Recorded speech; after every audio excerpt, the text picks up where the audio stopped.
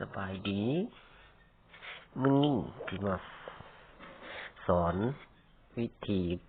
ขอเน็ตจากเครือข่ายยูนิเทลขอเน็ตฟรีจากโชคชะตาว่าเราจะได้เท่าใดนี่ไปโหลดแอปตัวนี้มาเลยเด้อของ My Unitel แล้วก็ทำการติดตั้งคือนั้นยกตัวอย่างคือออกจากระบบ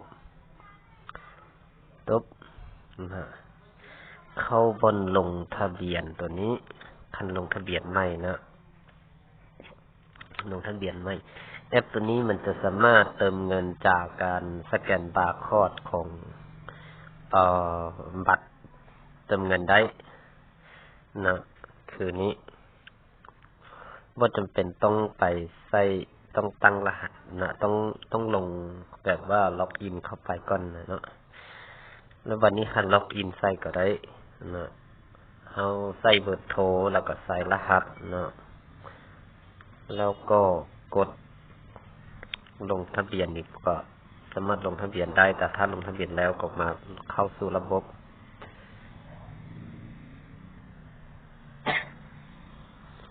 เวลาเข้าสู่ระบบนี้แล้ว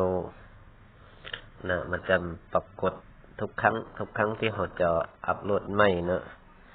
คืออัปโหลดเวอร์ชันหรือว่าอัปโหลดข้อมูลใหม่ล่าสุดของมื้อนี้เนาะมันจะมีเติมเงินมี Data มี Data Package นะคืออันนี้คือเราสามารถซื้อแพ็กเกจได้เลยเนาะตามจำนวนเงินของมันนี่แพ็กเกจมันแล้วก็มีซื้อ Data Stop ซื้อ Data อันนี้คือเราซื้อ Data ใน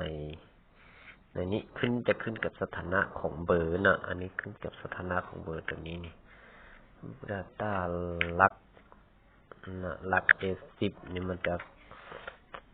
เราสามารถเติมได้จากตรงนี้คือ 10,000 นะทำการซื้อ 10,000 กับ 3,000 MB อันนี้ขึ้นกับสถานะของเบอร์แต่ละเบอร์บ่ได้คือกันเนาะแล้วตัวนี้โอเคแล้วตัวนี่คือการโอนเงินเท่ากับการโอนเงินมีบริการยืมเงินบ่ยูมันนี่บ่เติมเงินบ่นี้ก็เท่ากันกับที่เราเติมธรรมดานี่แหละมาบริการอื่นๆก็มีก็เท่ากันนี่แหละนี่คือหวยทางใดอีกบริการนี่บริการนี่ธนาคารมือถือของคนลาวบริการอื่นๆนะวันนี้มาสั่นรุ่นโซกพออินเทอร์เน็ตนี่มันจะมีให้เฮา10 ครั้งคือเวลาก็สั่นเนาะหมดจังซี่นี่มันจะอ่านตัวนี้เนาะมือละ10 ครั้งจากประวัติจากประวัติเช็คประวัติเลยตั้งแต่วันที่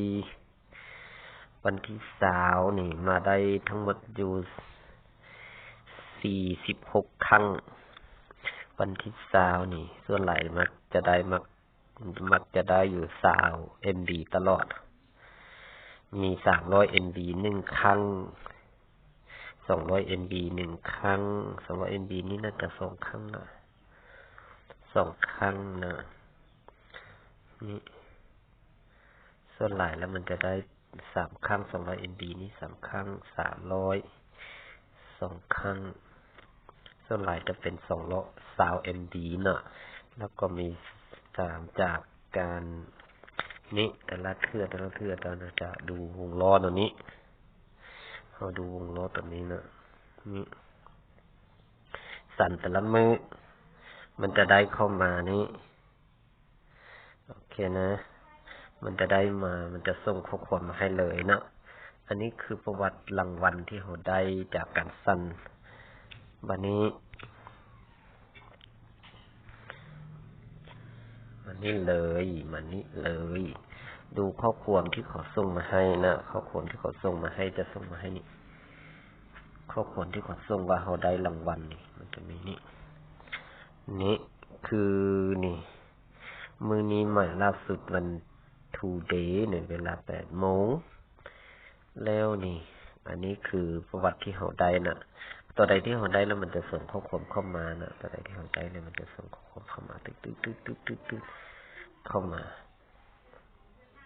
เอาละ อันนี้คือการเล่นเน็ตฟรีจากโชคชะตาของเฮา แต่ต้องขอบใจยูนิเทลนะ ต้องขอบใจยูนิเทลที่เห็นให้มีเน็ตไซต์ทุกวันบ่หลายดอก20 MB ขึ้นไป500 200บางมือก็ได้500 600บางมือใดโชคดีก็ได้500 600มือใดบ่โชคดีก็บ่ได้เลยจัก100แต่มันให้ data เฮาใช้48 ชั่วโมงเอาละเท่านี้แหละอย่าลืมกดไลค์กดแชร์ให้หมู่ครูได้ลิ้นนำเด้อ